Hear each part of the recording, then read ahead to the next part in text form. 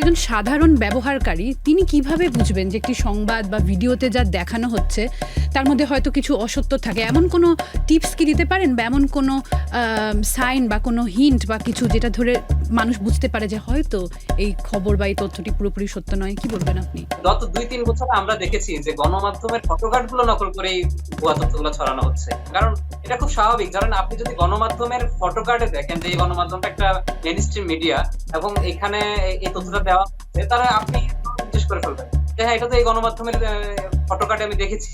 কিন্তু এটা কিন্তু ওই গণমাধ্যম এটা প্রকাশ করেনি।